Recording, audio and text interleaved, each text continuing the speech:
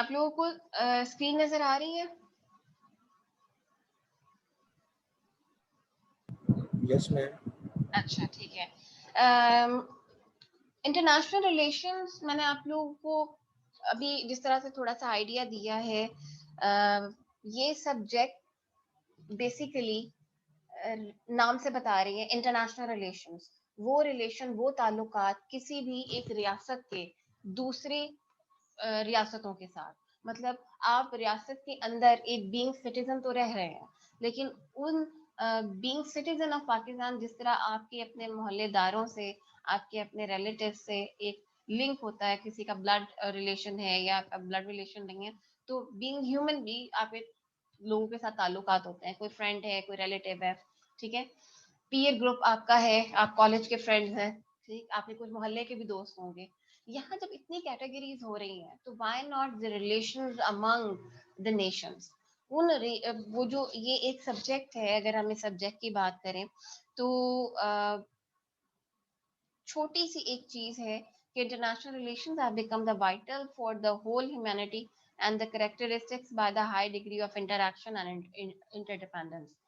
जिस तरह हम अपने एक फ्रेज सुना होगा एरिस्टोटल का, बहुत फेमस है कि मैन इज सोशल एनिमल, अकेला नहीं रह सकता इंसान। उसी तरह इंटरनेशनल सिनेरियो में ह्यूमैनिटी के अलावा भी जो हाई डिग्री ऑफ इंटरेक्शन है, इंटरडिपेंडेंस है अमंग द नेशंस, ये उस लेवल पे है कि कोई भी स्टेट अकेली सरवाइव नहीं कर सकती। अब एक ग्लोबलाइज्ड वर्ल्ड है दुनिया, बिल्कुल ग्लोबलाइज विलेज की आपने भी टर्म एक सुनी होगी, बहुत दफा इस्तेमाल भी की होगी। इस ग्लोबलाइज वर्ल्ड या जो ग्लोबलाइजेशन है, इसका क्या मतलब है? सिंपल सी चीज है कि कोई स्टेट भी अकेली नहीं रह सकती, जिस तरह एक इंसान अकेला नहीं रह सकता। उसकी जरूरियात, जिस तरह आप अपने I don't know how many of you can cook food और meal for your own self और फॉर योर फैमिली, बट जिस तरह से आप अपने कपड़े खुद नहीं सी सकते, अपने सारे काम आप जिंदगी के जितने काम है अकेले नहीं कर सकते, उसी तरह रियासतें भी अकेले अपने काम नहीं कर सकते, उनको बहुत सारे कामों में दूसरे लोगों पर डिपेंड होना पड़ता है। अब मैंने जो इंट्रोडक्शन का स्टार्ट का पोर्शन था, उसमें मैंने आप लोगों को बताया, कोविड की एग्जांपल दी। अगर कोई स्टेट ये आज अनाउंस कर दे कि कोविड के इस टाइम में हम तो आइसोलेट होने जा रहे हैं, अपनी पूरी की पूरी कौम को आप पूरी दुनिया से आइसोलेट करना जा रहे हैं, तो शायद सरवाइव ना कर सकें। क्योंकि आज अगर दुनिया में एशियाई ज़रूरिया जो आपकी बेसिक कमोडिटीज हैं वो एक नेशन बना रही है, तो बाकी उससे सप्लाई भी कर रही है। जैसे एग्जाम्पल हम कोविड वैक्सीन की बात करते हैं, आज अगर पाकिस्तान ये अनाउंस कर देता है या अमेरिका ये अनाउंस कर देता है कि हमने अब किसी से कोई चीज नहीं लेनी, हम तो सेल्फ सफिशिएंट है और हम अब अकेले रहेंगे। सो बहुत सारी चीजें हैं जो चाइना, पाकिस्तान, रशिया, यूरोपियन, बहुत सारे दूसरे कंट्रीज इंक्लूडिंग इंडिया आप कर लो, श्रीलंका कर लो, हमारे साउथ एशिया में भी बहुत सारे ऐसे कंट्रीज हैं जो अमेरिका को, ऑल्दो थर्ड वर्ल्ड कंट्रीज हैं, लेकिन अमेरिका को उसकी बुनियादी जो जरूरियात हैं वो पहुंचा रहे हैं। अब जिस पाकिस्तान को देखें, पाकिस्तान एक एग्रीगेरियन कंट्री है, ठीक है, और being an agrarian country, Pakistan America को बहुत सारी चीजें सप्लाई कर रहा है, जिसमें आप ये देख लें कि अब मैंगो सीजन है तो मैंगो हमने उनको प्रोवाइड करना है। पाकिस्तान वीट प्रोडक्शन में भी एक नंबर है। देन हम कॉटन प्रोड्यूसर्स हैं, तो हम फिनिश्ड एंड आपकी जो रॉ मटेरियल है वो अमेरिका को प्रोवाइड करते हैं। मीनवाइल आप अपने साथ के जो हमसाया मुल्क है इंडिया को देख लें, तो इंडिया भी बहुत सारी प्रोडक्ट्स अमेरिका को प्रोवाइड करता है। सो अगर इन रिटर्न हम देखते हैं हम उनसे क्या लेते हैं, तो हम उनसे असलहा खरीद रहे हैं, हम उनसे टेक्नोलॉजी की बहुत सारी चीज़ें खरीद रहे हैं, हम उनसे मैन मेड बहुत सारी चीज़ें खरीद रहे हैं। तो चीज़ यहाँ पर ये आ जाती है कि no state can survive alone.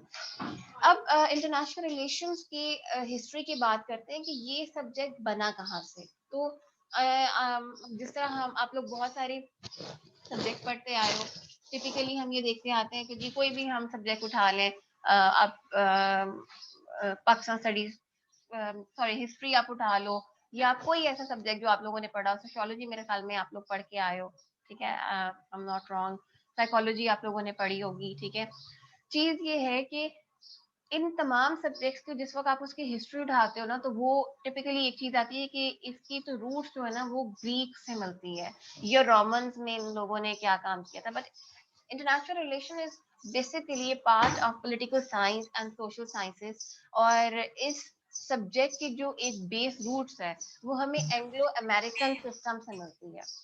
Anglo American system, आप उसको इस तरह समझ सकते हैं कि जिस वक्त बेसिकली इस एंग्लो अमेरिकन, जो ये मैंने टर्म लिखी हुई भी है, आप लोग देख भी रहे हो और मैं बोल भी रही हूँ कि ये वो टर्म है कि जिसके पीछे पूरी एक हिस्ट्री है, पूरे यूरोप की, पूरे अमेरिका की हिस्ट्री। अमेरिकन जो थे बेसिकली, ये एक जो आज के अमेरिकन हैं, ये नेटिव अमेरिकन नहीं थे उस तरह से जिस तरह ये आज है। जो नेटिव अमेरिकन है they were basically nowadays known as red Indians. लेकिन जो आजकल जो गोरा अमरीकी है, ये बेसिकली सब का सब यूरोप से उठ के आया होगा। तो एक पूरी हिस्ट्री है किस तरह से अमेरिका बना, जिस तरह कोलंबस ने उसको दरियाफ्त किया, और कोलंबस को दरियाफ्त के वो दरियाफ्त के बाद किस तरह से लोगों ने माइग्रेशन शुरू की यूरोप से अमेरिका की तरफ। और वो जब माइग्रेशन हो गई और लोगों की वहां सेटलमेंट्स हो गई, तो उस सेटलमेंट के बाद जिस तरह से चीजें इवॉल्व होना शुरू हुई, और वो रिलेशंस जो थे खुल के बनना शुरू हुए। यूरोप की अगर हम हिस्ट्री देखें तो यूरोप में बहुत सारी नेशंस जिनकी बॉर्डर, जैसे पाकिस्तान और इंडिया की बॉर्डर एक साथ लगती हैं, हम राइवल कंट्रीज हैं, एक दूसरे के हमारे साथ लगती है, ठीक है। हमारे कुछ अपने बॉर्डर इश्यूज हैं और उन इश्यूज के पीछे हमारी हिस्ट्री पूरी एक है। तो इसी तरह ही यूरोप में भी बहुत सारी ऐसी कंट्रीज हैं जिनकी आपस में अच्छे ताल्लुकात उस तरह से नहीं थे, ठीक है। जिसकी वजह से ये इम्पैक्ट जो था वो अमेरिका में जो सेटल होने वाले यूरोपियंस थे उनमें भी नजर आया। But for the sake of unity they actually try to forget all those their rivalries as well। और उसका फायदा ये चीज हुआ कि यहाँ से इंटरनेशनल रिलेशंस की एक बेस प्रोवाइड हुई, और वहां पे एक डिसाइसिव रोल जो था वो वर्ल्ड वॉर्स ने भी समहाउ प्ले किया।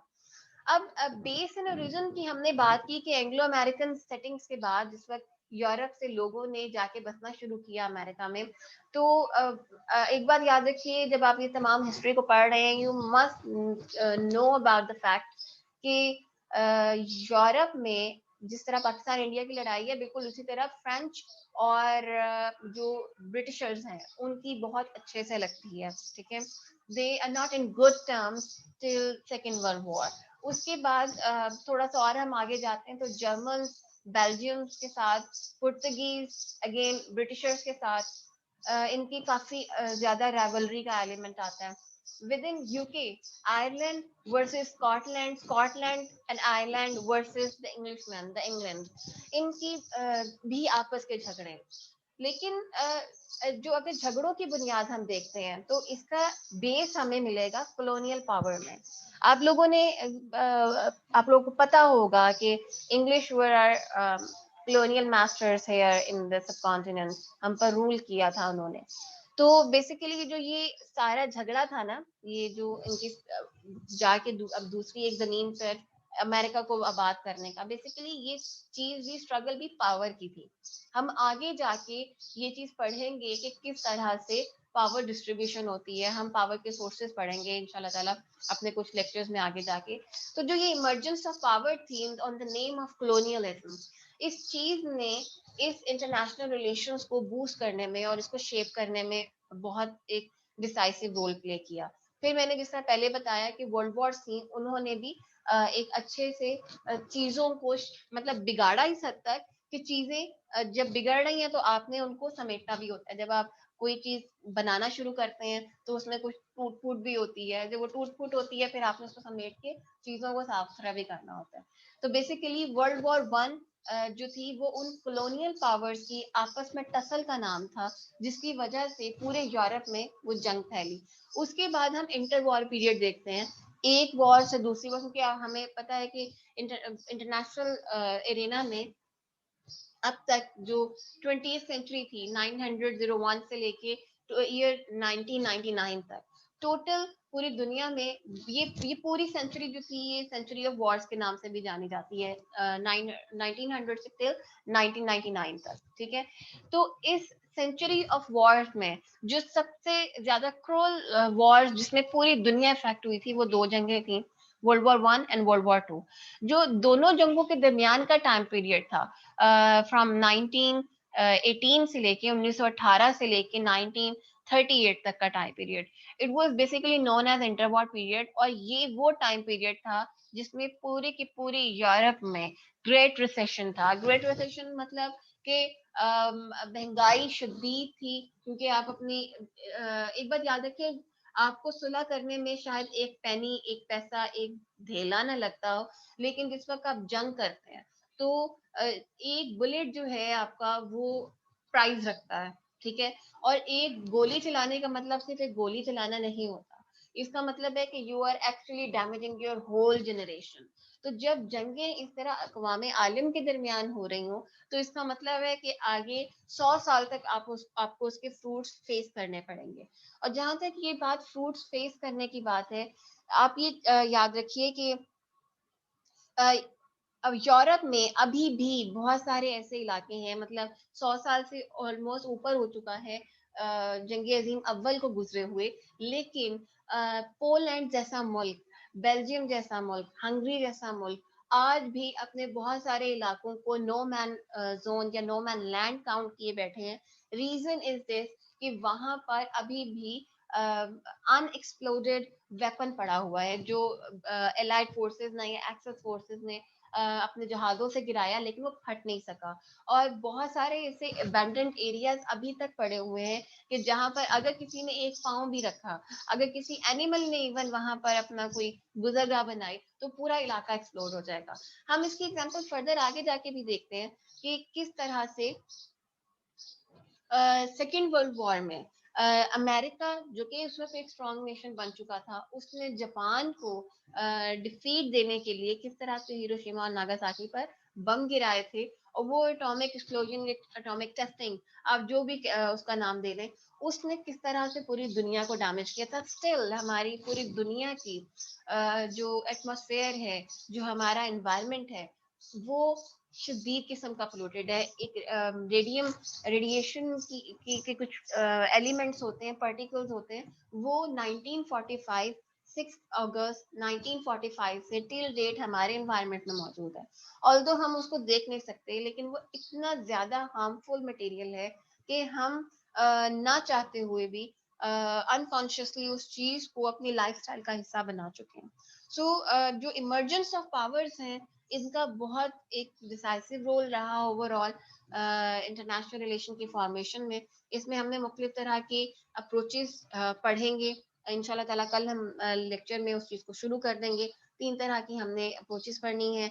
आइडियलिज्म है, आइडियलिस्ट है, आप ये वर्ड बहुत कॉमनली रैपिडली यूज करते हैं कि फलां बंदा तो बड़ा आइडियलिस्ट है, वो हर वक्त ख्वाबों ख्यालों में खोया रहता है। तो बेसिकली ये जो आइडियलिस्ट अप्रोच है, ये इंटरनेशनल रिलेशन में क्या चीज है, किस तरह नेशंस आइडियलिस्ट अप्रोच को फॉलो करती हैं, उसके क्या पर्क्स एंड कॉन्स हो सकते हैं, ठीक है। देन दूसरी जो अप्रोच है दैट इज रियलिज्म।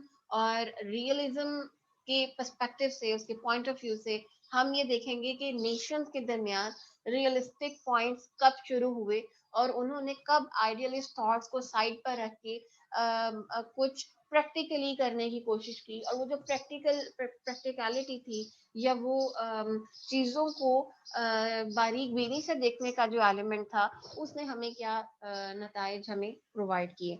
तीसरी अप्रोच हमने बिहेवियरिस्ट अप्रोच देखनी है। वो चीज़ें जो 1950 60s और 1970s के बाद इमर्ज होना शुरू हुई, और उन्होंने किस तरह से इंटरनेशनल रिलेशंस को, ये पूरी दुनिया के ओवरऑल पीस पे, ये पूरी दुनिया के ओवरऑल जो क्लामिटीज हैं उनके ऊपर इफेक्ट किया। इसकी फेजेस ऑफ हिस्ट्री है for shaping the face of the international relations. हम वो पूरी की पूरी हिस्ट्री भी डेफिनेटली देखेंगे। थोड़ा थोड़ा मैंने आपको चंक्स ऊपर से बता दिए हैं कि किस तरह से वॉर्स और जो इंटर वॉर पीरियड है और जो अदर देन वॉर्स का जो एक टाइम जोन है, वो किस तरह से चलता रहा है। टिपिकली हमने चीजें देखनी है अब रिलेटेड टू इट्स मीनिंग कि इंटरनेशनल रिलेशंस बेसिकली है क्या।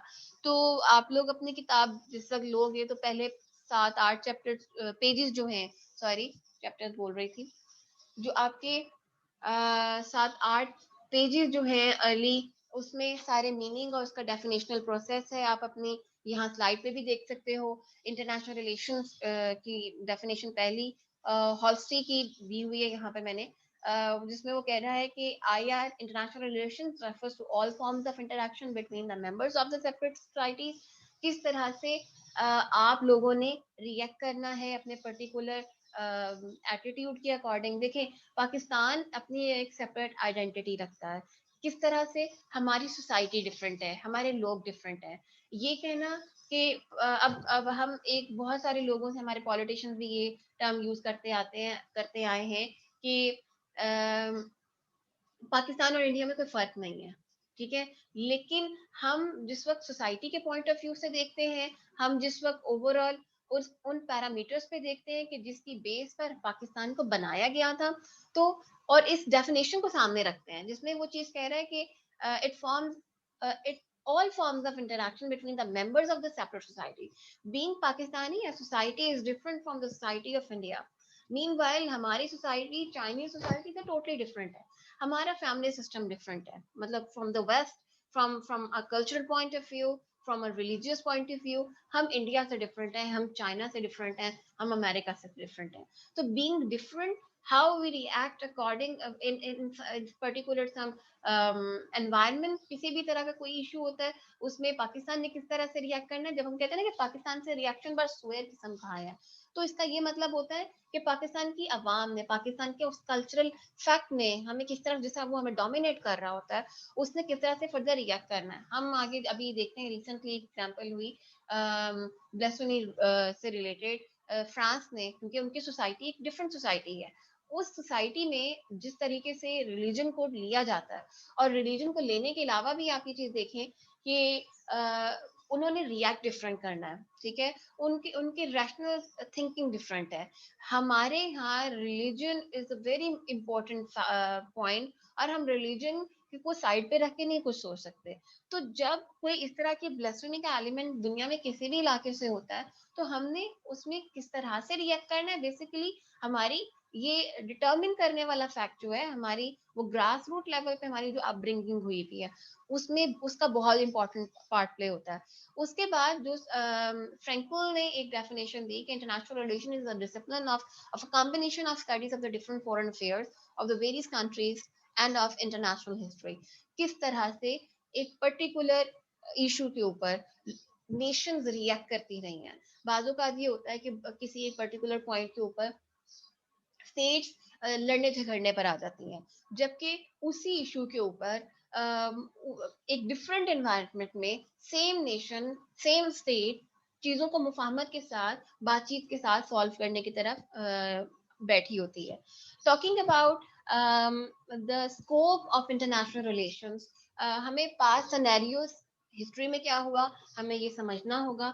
और without understanding, without taking the previous glimpse के हिस्ट्री में किस तरह से इवेंट्स चलते रहे, हम इंटरनेशनल रिलेशंस के फ्यूचर को, किसी भी इवेंट के फ्यूचर को हम डिटर्मिन नहीं कर सकते। जस्ट फॉर एग्जांपल, हमारी पाकिस्तान की इंडिया के साथ राइवल रही है, ठीक है। अब we are the arch rival, हम खून के प्यासे हैं, ठीक है। और हमारी उस वो जो झगड़े की जो बुनियाद है, वो हम देखते हैं कि टू नेशन थ्योरी भी है, हमारा वो कश्मीर का पॉइंट भी है, हमारी पानी का मसला भी है, क्योंकि पानी हमारा सर्वाइवल पॉइंट है, कश्मीर हमारी शहरग है, टू नेशन थ्योरी हमारी बेस है, जिसकी बेस पर हम उनसे अलग हुए थे।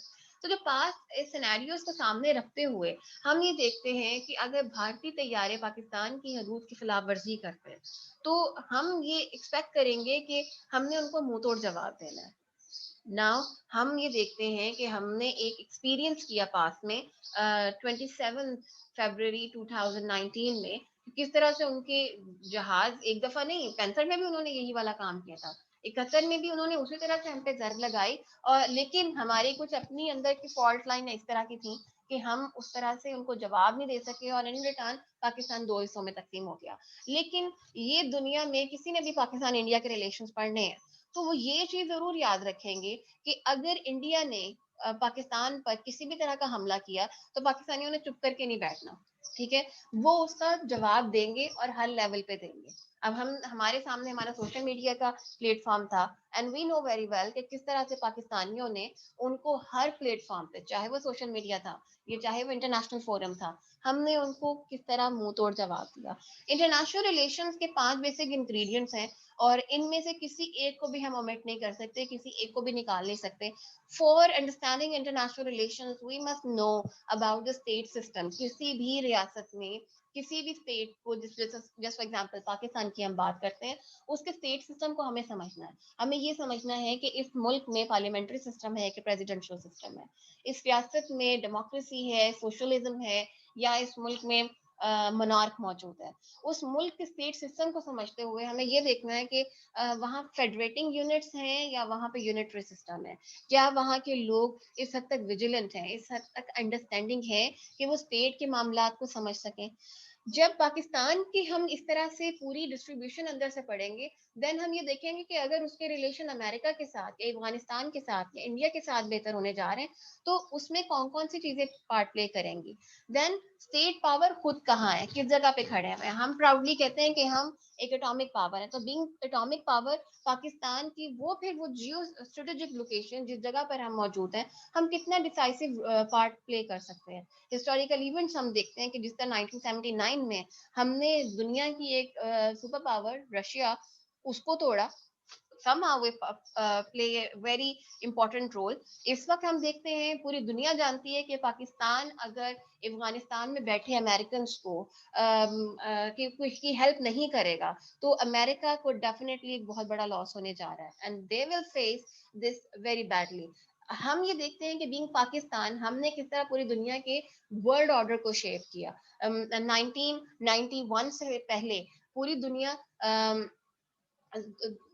बाइपोलर वर्ल्ड ऑर्डर की तरफ थी, बट आफ्टर 91 रशियन डिसइंटीग्रेशन के बाद पूरी दुनिया यूनिपोलर सिस्टम में तकसीम हो गई। बट नाउ डेज सिंस 2001-2002 पूरी दुनिया मल्टीपोलर की तरफ जा रही है। स्टेट्स जो है उनके रिलेशंस ना सिर्फ इम्प्रूव हो रहे हैं बल्कि अब बहुत सारी स्टेट्स जो कि सेल्फ सफिशिएंट भी है वो अमेरिका को टक्कर देने के लिए साथ साथ खड़ी है। हम चाइना की एग्जांपल लेते हैं, हम अगेन उसमें रशिया की एग्जांपल लेंगे क्योंकि रशिया फिर सेल्फ सफिशिएंट हो के अपने उन तमाम खामियों को पूरा करके दोबारा अब खड़ा हो रहा है। somehow we will take the name of the Brazil in it, we will take many other European nations as well जिनको हम काउंट किया जाता है। अच्छा, ये सब 5 इंग्रेडिएंट्स थे, लेकिन विंसन बेकर ने इंटरनेशनल रिलेशंस में इन 5 जो बेसिक इंग्रेडिएंट्स हैं टू स्टडी इंटरनेशनल रिलेशन उसने 2 मजीद दिए थे, मतलब टोटल 7 हो जाते हैं जिसको सामने रख के हमें ओवरऑल सिनेरियोस को